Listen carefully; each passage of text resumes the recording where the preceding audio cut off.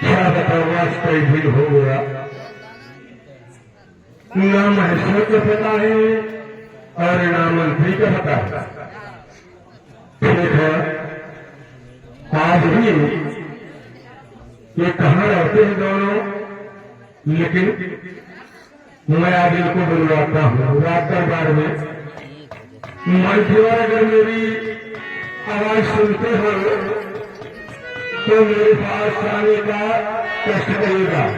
मंत्री ये आवाज बना रहा हूँ।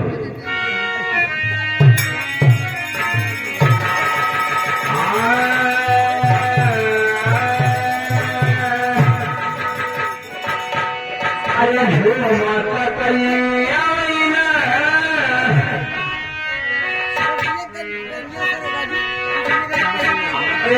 माता कन्या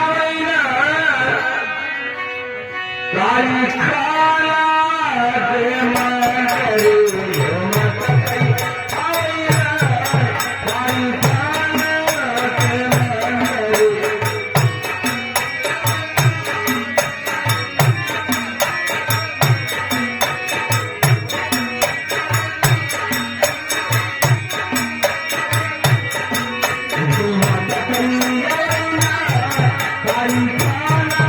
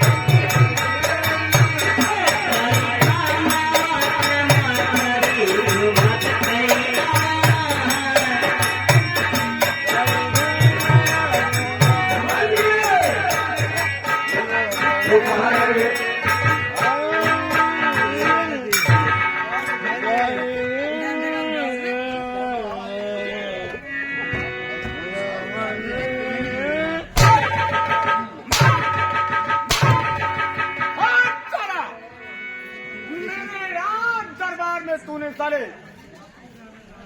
शराब पी करके आया। अरे होगा दरबार में कुर्सियां तू नहीं है रे। ये रही तो लड़कियों रही, लड़कियों रही, उजरकियों रही, करियाई रही, चितकबरियों रही। क्या चीज? वो कुकुरिया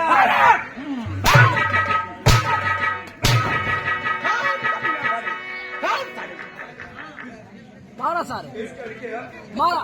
ये बता कुर्सी लगा, लाओ कुर्सी लगा और साले मेरे नाम पे मेरा नाम मंत्री है। ये दारू भी है।